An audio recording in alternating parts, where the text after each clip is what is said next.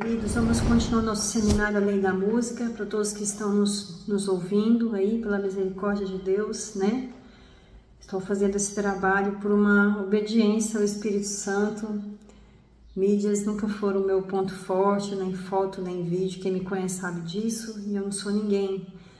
Mas só quero te ensinar um pouquinho da palavra de Deus. Estou aqui, pastora Luciana, a seu serviço, profeta Luciana, a seu serviço, amém? E esse é o nosso 7º vídeo do seminário Além da Música. Tem outros vídeos no Instagram do Profetiza Peregrina, né? Peregrina Profetiza. E estamos peregrinando aqui nessa terra para pregarmos o Evangelho, irmos ao mundo, fazermos discípulos em todas as nações, para que todas as nações fiquem cheias do conhecimento da glória de Deus, que altares de adoração sejam construídos neste tempo por essa geração que precede o arrebatamento, em nome de Jesus. Nós somos estas pessoas, amém? Escolhidas para este tempo. Se você não nasceu em outro tempo, porque Deus quer te usar agora. Parece tão simples isso, mas o tempo passa, né? O fim chega e às vezes a gente não fez a obra de Deus como deveria fazer, de crer no Senhor e obedecê-lo. E é exatamente sobre isso que a gente vai falar hoje nessa aula. Não vamos falar especificamente dos objetos do tabernáculo. Nós vamos falar sobre as pessoas escolhidas para construir aquele lugar que tão importante, que representava o próprio tabernáculo que existe lá no céu. Eu queria que você abrisse sua Bíblia comigo aqui em Êxodo, capítulo 25. Nós falamos isso lá no nosso primeiro vídeo, se não me falha a memória, mas eu vou reforçar isso aqui.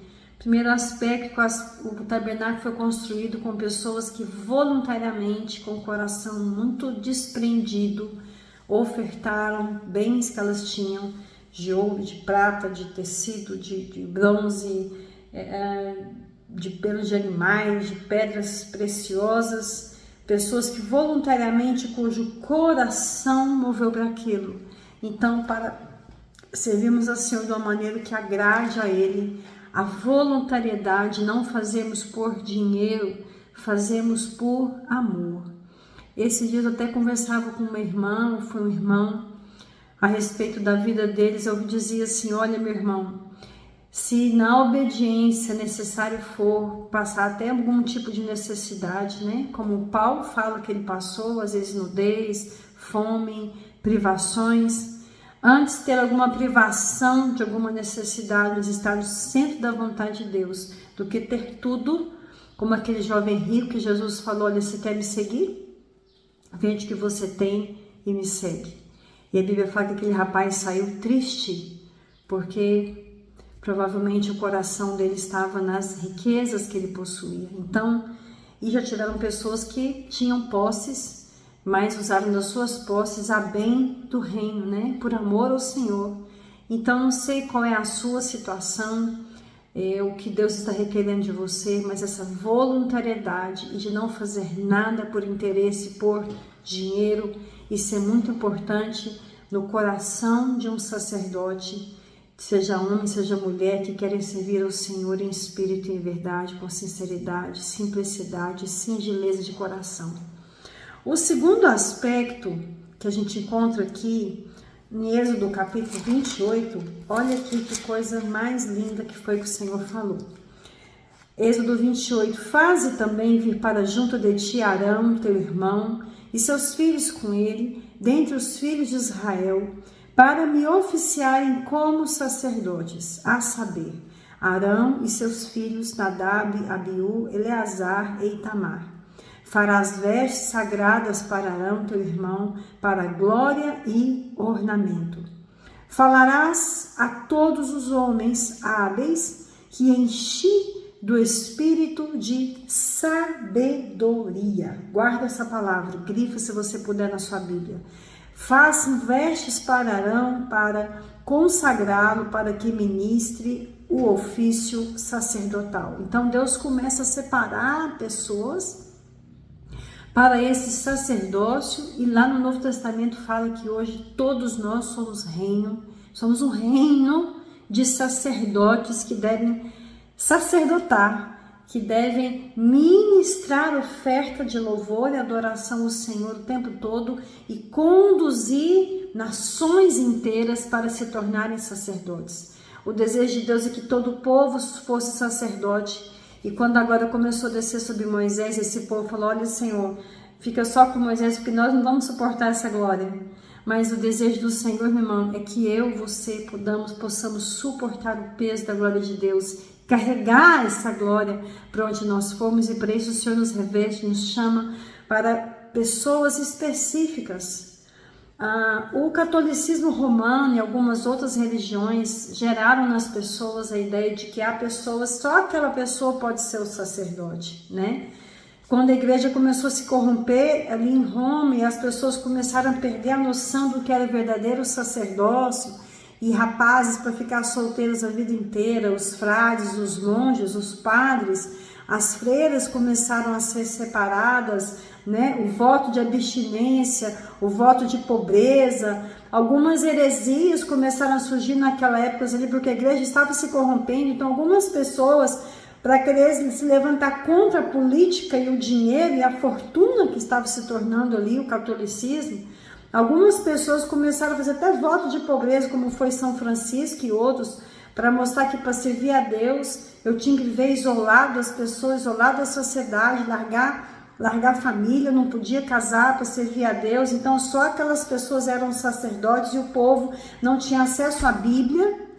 A Igreja Católica proibiu a leitura da Bíblia, proibiu a tradução da Bíblia, prendeu pessoas, queimou pessoas ao fogo, porque alguns começaram a querer traduzir a Bíblia, que as pessoas lessem a Bíblia e entendessem que a Inquisição era uma barbaridade, que a salvação era pela graça, não era pelas obras, não era pago, não era comprado, que o purgatório não existia, que aqueles dogmas que a igreja estava colocando só para conseguir dinheiro eram mentira. Essas pessoas foram perseguidas, mortas pela Igreja Católica Romana.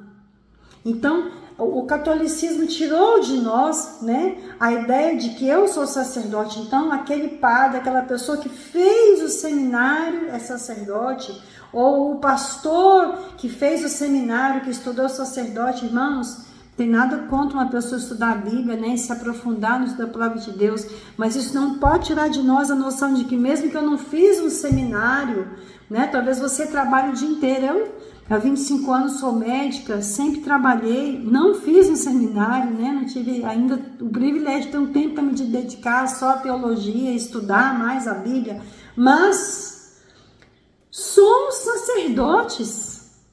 Isso é muito importante você entender, que sobre nós repousa uma sabedoria divina. E eu achei aqui um dicionário português, né, de Portugal mesmo, de uma enciclopédia portuguesa. O termo sabedoria, que interessante, termo de origem grega, sofia, é o termo fundamental da linguagem filosófica, designa uma forma superior de conhecimento, caracterizado por supremo ser vital, influindo na vida de quem a possa possuir. Ser supremo, o conhecimento do absoluto de Deus, ser ordenador, colocando em ordem todo saber e atividade. É a perfeição do conhecimento, que consiste em conhecer a verdade divina e as demais. Sua compreensão torna-se tanto mais delicada quanto seus significados múltiplos. Olha, eu estou falando do dicionário que não é nada bíblico. O termo sofia, usado aqui na Bíblia.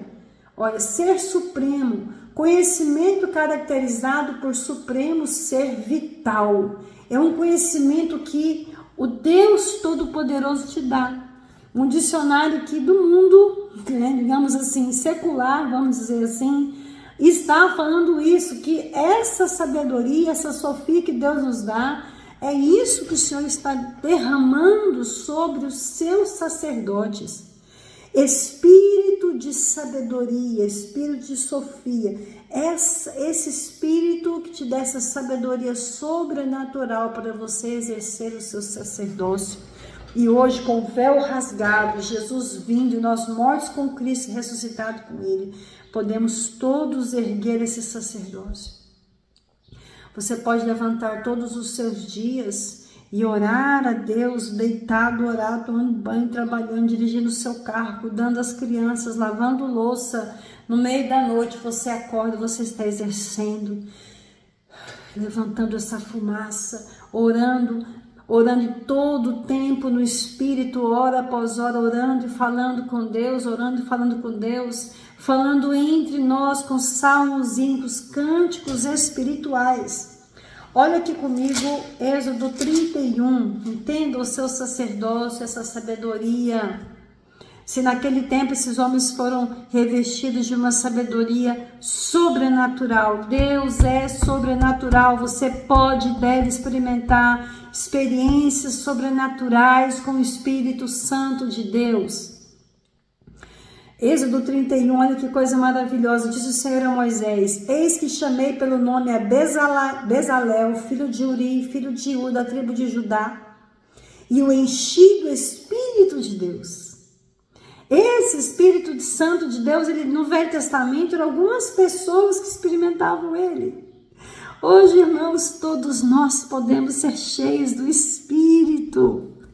Todos nós podemos experimentar o batismo do Espírito Santo, do batismo de fogo, recebemos os dons do Senhor, recebemos visitações poderosas. Esse é o Espírito que mora hoje, porque nós hoje somos todo esse tabernáculo que nós estamos usando.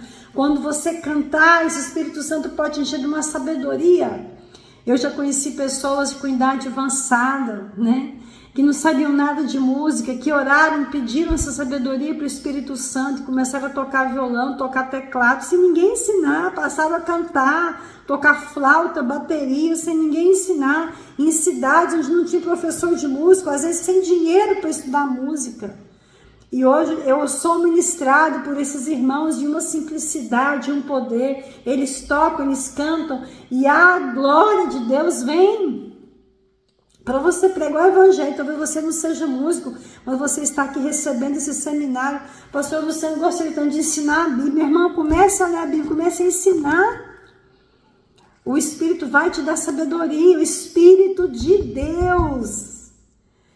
E eu enchi do Espírito de Deus de habilidade, de inteligência e de conhecimento em todo artifício para elaborar desenhos e trabalhar em ouro, em prata, em bronze, para lapidação de pedras de engaste, para entalho de madeira, para toda sorte de lavores. Eis que lhe dei por companheiro a Oliabe, filho de Aizamaque, da tribo de Dan, e dei habilidade a todos os homens hábeis, para que façam tudo o que tenho ordenado. A tenda da congregação, a arca do testemunho, o propiciatório que está por cima dela e todos os pertences da tenda, a mesa com seus utensílios e o candelabro de ouro puro com todos os seus utensílios e o altar de incenso, o altar de holocausto com todos os utensílios, a bacia com seu suporte, as vestes finamente tecidas, as vestes sagradas do sacerdote Arão e as vestes de seus filhos para oficiarem como sacerdotes, e o óleo da unção e o incenso aromático para o santuário. Eles farão tudo segundo o que tenho ordenado. Amém? Essa sabedoria está sobre a sua vida. Olha comigo Provérbios 8. Vamos lá rapidinho. Eu empolgo um pouco, irmãos, porque eu fico apaixonada, como não é por força, não é por violência, é pelo Espírito que o Senhor derrama. O Senhor chamou todo tipo de pessoa. Os discípulos, eles eram pessoas de toda classe social, de todo nível de conhecimento, né? Você tinha pessoas rudes, você tinha pessoas estudadas, mas revestidas por essa sabedoria para enganar, para desfazer a loucura da sabedoria humana. O Senhor chama você que está me escutando agora nesse vídeo para fazer a obra dele. Para ser um adorador com música ou sem música, todos devemos erguer um altar de adoração onde o Senhor nos estabeleceu para estarmos morando hoje. Amém? Olha aqui, entendi aos simples a prudência, vós neves entendei a sabedoria. Essa habilidade é uma habilidade, um julgamento para aplicar conhecimento a uma tarefa. Oh Deus, me dá essa sabedoria. A mulher sábia edifica a sua casa. Deus disse a Moisés, escolhe homens sábios. Versículo 12, Provérbios 8:12. Eu, a sabedoria, habito com a prudência e dispõe de conhecimento e de conselhos. Edifique o seu ministério com conhecimento e com bons conselhos. Peça a Deus essa sabedoria. Meu é o conselho, a verdadeira sabedoria, eu sou o entendimento, a minha fortaleza. A Bíblia fala que o temor do Senhor é o princípio da sabedoria. Essa obra se faz com homens e mulheres que temem ao Senhor. Escolha pessoas que temem ao Senhor. Você que é líder na sua igreja, cuidado. Não coloque pessoas que não temem ao Senhor para fazer a obra de Deus. Ensine sobre o temor do Senhor. Aplique disciplina se necessário. Sabedoria que vem do alto, amém? Essas são as pessoas escolhidas, pessoas que não são capacitadas só no que elas têm, mas elas são revestidas. Deus sempre usa o que a gente tem, seja 5 pães e 2 peixinhos. Uns estudaram música, conservatórios, são profissionais, outros não sabiam nada, mas seja um, seja outro, necessitam estar revestidos com a sabedoria do alto e não com a sabedoria terrena, para fazer a obra segundo o que o Senhor deseja. A Bíblia diz que Deus dá sabedoria, da sua boca vem a inteligência e o conhecimento da causa. Que Deus nos dê sabedoria, inteligência e conhecimento dessa causa para fazermos a obra dele. Em nome de Jesus nós te pedimos isso, Pai. Produz o temor do Senhor. Um abraço, até a próxima.